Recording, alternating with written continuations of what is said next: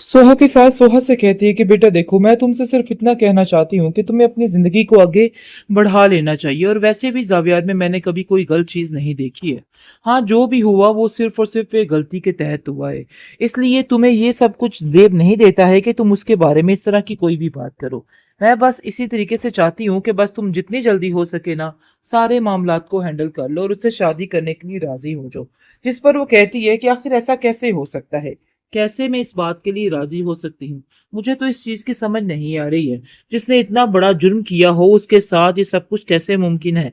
लेकिन जी आप देखेंगे कि उसकी जो सास है उसको यकीन दिलाती है और कहती है कि आखिर मेरा भी तो जिंदगी का तजुर्बा है और मुझे भी बड़े अच्छे तरीके से पता है कि ये सब कुछ क्या है और क्या नहीं है। तो इसलिए बेहतर यही है कि तुम अपने दिल से ये सारी बातें निकाल के अपने रिश्ते को अच्छे तरीके से समझो और करने की कोशिश करो, क्योंकि मुझे लगता है कि अब तुम्हें इन बातों को समझना होगा।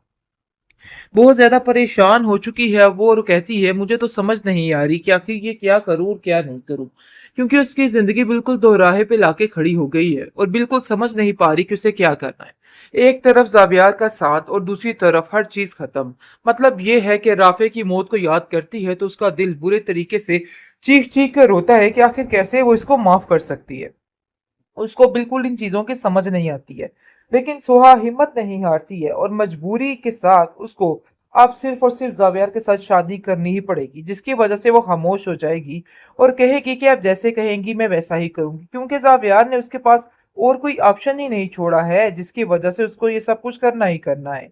वो अपनी जिंदगी को बिल्कुल सुनसान और यानी कि अनजान सी राहों पर लेके आके खड़ी हो गई है और उसको ऐसा लगता है कि जैसे सब कुछ खत्म हो गया है, उसकी जिंदगी में कुछ भी आगे नहीं रहा है। बस जावियर के साथ साथ शादी करना ही उसका एक मकसद रह गया है, क्योंकि उसकी सास ने उसको यही समझाया है कि चाहे जो मर्जी हो जाए तुम्हें मेरी बात माननी ही माननी है। लेकिन ये शादी उसकी मजबूरी बन जाएगी और उसकी सास उसको मजबूर कर देगी कि बेटा बहुत ज्यादा जावियार तुमसे प्यार करता है, मैं जानती हूँ कि वो जिद में आ चुका है, लेकिन इसका मतलब ये बिल्कुल भी नहीं है कि वो तुमसे प्यार नहीं करता।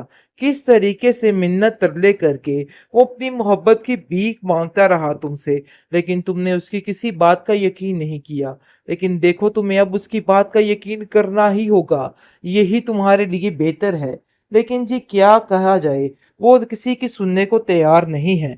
लेकिन जैसे ही वो देखती है कि सब घर वाले उसको इतना फोर्स कर रहे हैं और साफ साफ कह रहे हैं कि खुदारा इस बात को मान जाओ, क्यों तुमने ये सारी जिद बांध रखी है। लेकिन जी सोहा को भी मजबूरी इस रिश्ते के लिए मानना ही पड़ेगा। हर तरफ से उसको जिल्लत का सामना करना पड़ रहा है। उसकी सास ने साफ जवाब दे दिया और कह दिया है कि नहीं, अब जो कुछ भी है तुम्हें मेरी बात माननी है। मैं एक माँ बन के तुम्हारी रुखसी करना चाहती हूँ और ये बात तुम अपने जहन में अच्छे तरीके से बिठा के रखो, क्योंकि मैं कभी तुम्हारा बुरा नहीं चाह सकती।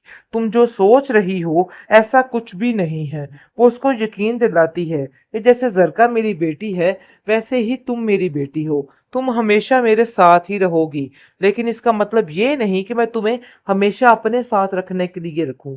देखो इस बात को समझ जाओ अब, और ये बात बहुत ज्यादा जरूरी है।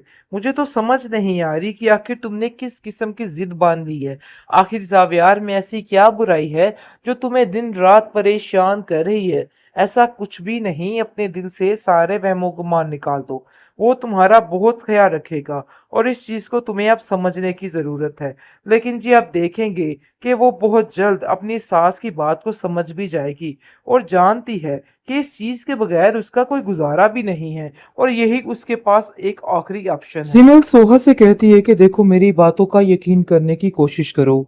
मैं कभी भी तुम्हारा बुरा नहीं चाह सकती हूँ। जो हुआ सो हुआ, लेकिन वाकई में भाई तुमसे बेहद प्यार करते हैं और इस चीज को समझने की कोशिश करो। हाँ, मानती हूँ कि वो इस जिद में आ चुके हैं, लेकिन इसका मतलब ये हरगिज नहीं है कि उन्हें तुमसे प्यार नहीं है। देखो इस बात को समझ जाओ। जिस पर वो कहती है कि नहीं, मेरे ऊपर कोई जोर जबरदस्ती नहीं कर सकता है।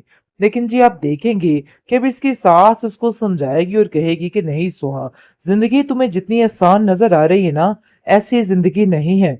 तुम्हें कोई फैसला लेना ही होगा, वरना तुम्हारी जिंदगी बहुत मुश्किल हो जाएगी।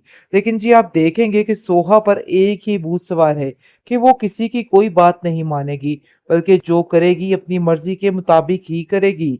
लेकिन उसका दिल बुरे तरीके से टूट चुका है कि जिन रिश्तों के पीछे वो हमेशा भागती रही, वो ही उससे दूर जा चुके हैं और कुछ भी उसके पास बाकी नहीं रह गया है।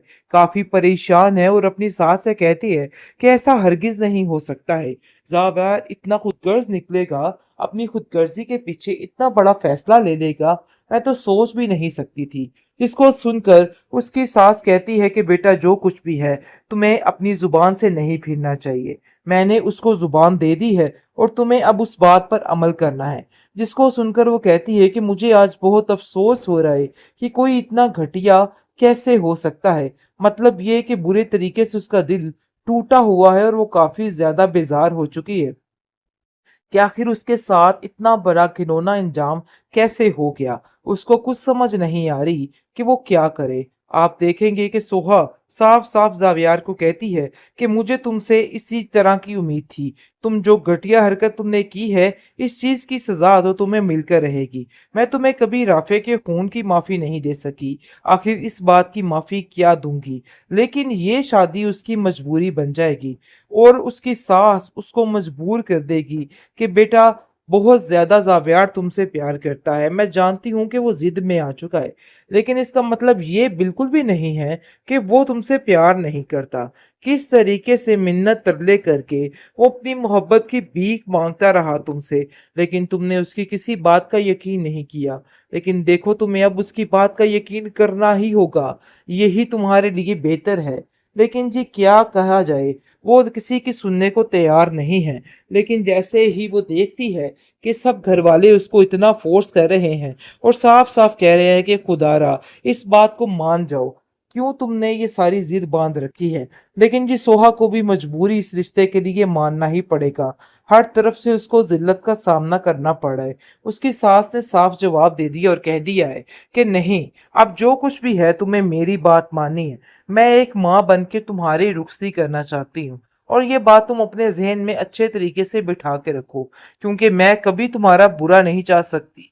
तुम जो सोच रही हो ऐसा कुछ भी नहीं है। वो उसको यकीन दिलाती है कि जैसे जरका मेरी बेटी है, वैसे ही तुम मेरी बेटी हो। तुम हमेशा मेरे साथ ही रहोगी, लेकिन इसका मतलब ये नहीं कि मैं तुम्हें हमेशा अपने साथ रखने के लिए रखूं। देखो, इस बात को समझ जाओ अब, और ये बात बहुत ज्यादा जरूरी है। मुझे तो समझ नहीं आ रही कि आखिर तुमने किस किस्म की जिद बांध ली है। आखिर जावियार में ऐसी क्या बुराई है जो तुम्हें दिन रात परेशान कर रही है। ऐसा कुछ भी नहीं, अपने दिल से सारे वहमो गुमान निकाल दो। वो तुम्हारा बहुत ख्याल रखेगा और इस चीज को तुम्हें अब समझने की जरूरत है। लेकिन जी आप देखेंगे कि वो बहुत जल्द अपनी सास की बात को समझ भी जाएगी और जानती है कि इस चीज के बगैर उसका कोई गुजारा भी नहीं है और यही उसके पास एक आखिरी ऑप्शन है।